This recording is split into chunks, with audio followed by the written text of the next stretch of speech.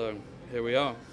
I can't believe I'm about to do this, or say I'm about to do this, but we're about to travel to um, we're about to travel to Ireland to pick up some rare shrimp.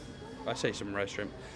I can't find them in the UK, so I've decided that I'm going to travel to Ireland from Liverpool to get hold of these. I've tried long and hard to find them.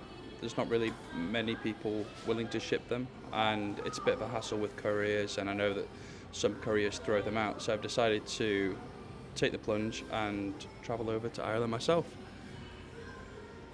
And then the idea is that we'll fly over, pick up the shrimp, and because airlines can be funny about live animals, is that we're going to get the ferry back and then the train all the way back to Liverpool. And the idea is that we'll get these blue Calceos, or dragon bloods as they're quite often referred to, and hopefully we'll be able to breed some in the UK and add some to the tanks. So I'm sat here in the Liverpool airport, and I'm going to give you guys a little bit of a timeline, or time lapse.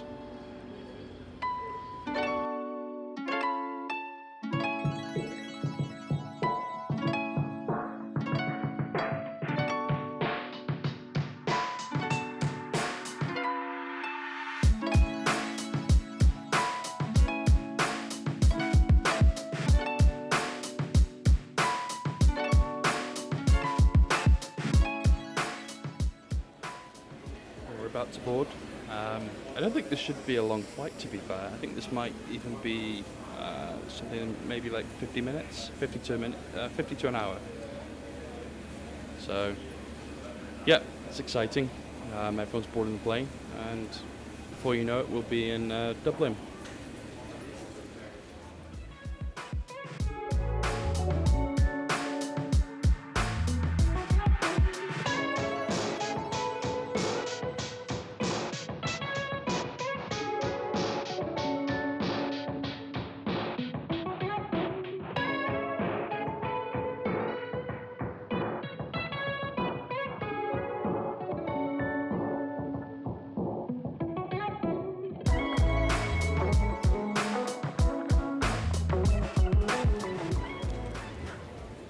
Right, so we've managed to land. It's quite busy here, as you can see. And, well, look at this over here. All of these bags just left. Well, let's hope we can get through security quite quickly. Wish me luck. I think once we're out, we'll get a taxi, and then we'll make our way over to the shop.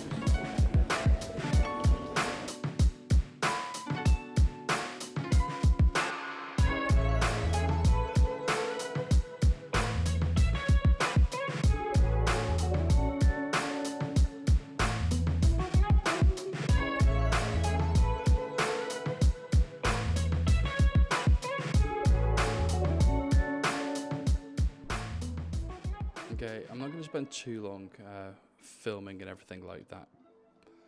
But yeah, so we've arrived, and we've got a few, I think these are ghost shrimp maybe, or snowballs, I can't remember, or something like that. See, I'm quite new to the whole thing, but here we are. And we've got some gorgeous blue velvets, I think, here. Yeah, they look like blue velvets, not quite the blue Calceos that we like. We've got the crystal blacks.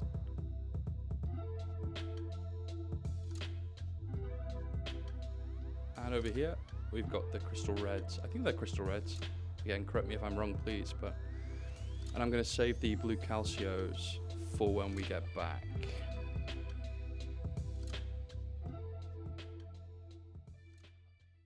So we're on our way home now, and I've honestly never been to Dublin, but it's gorgeous here. The weather helps. But I mean, just look at this. There's a nice little kind of area out of the way. There's a lot of building going on as well. I think things are quite expensive here as well. And we've kind of found ourselves a nice coffee shop, open working space. It's really nice around here. I like it a lot. And the plants are giving me some ideas for the apartment. Maybe I'll have to do a video on that. Let's go over and try and get a coffee.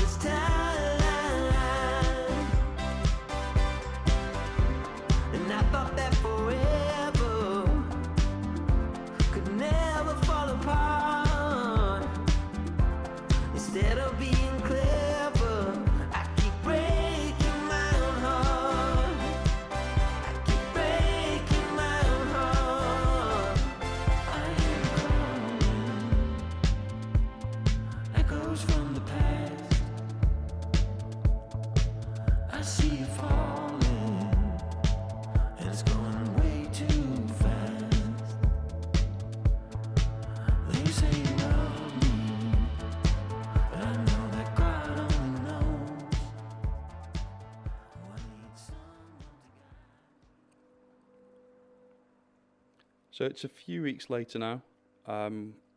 The black and blue Rillies, which are these, the Neo Caridinas, are in the tank, and the Dragon Bloods are also in their kind of nice little setup that they've got.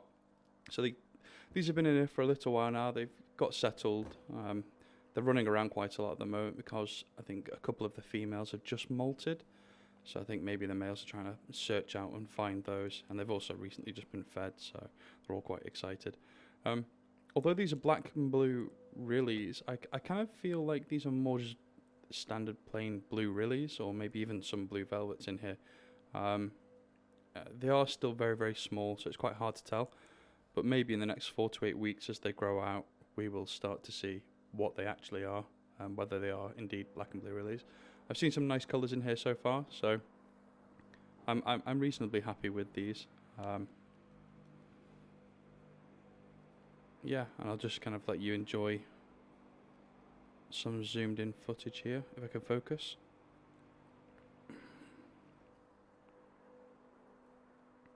Like I said, I've had a few issues with molting in my red, my fire red tank, so the fact that these have been molting already is quite a positive sign, and I'm quite happy with how they're doing at the moment.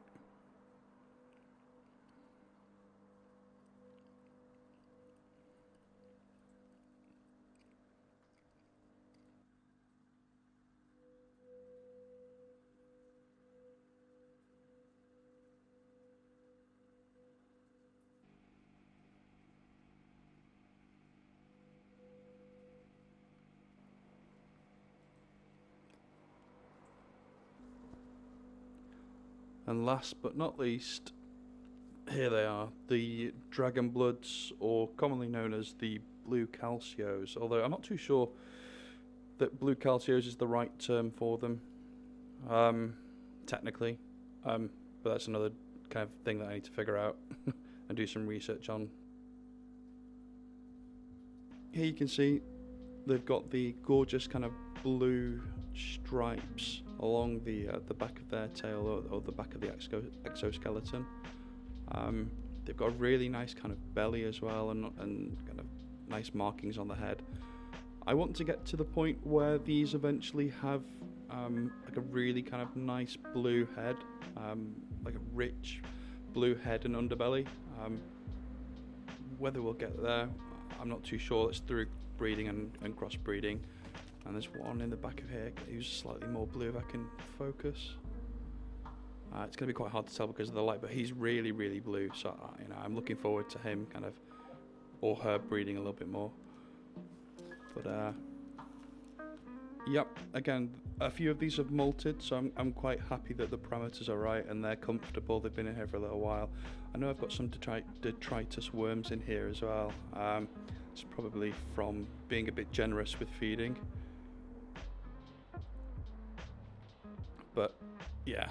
I'm really, really happy with these. I don't know if their legs will go more blue, similar to how like the fire reds and other cherries do. So that'll be interesting to see how their legs turn out after a few molts. But I'm really looking forward to having these. They're extremely hard to get in the UK, and I think it's worth the trip over to Ireland to pick them up. So maybe you'll see some of these on the website that we've kind of got developing at the moment. And there's lots of other stuff on there. I breed guppies as well. So if you feel like taking a look, head over and I'll include a link in the description.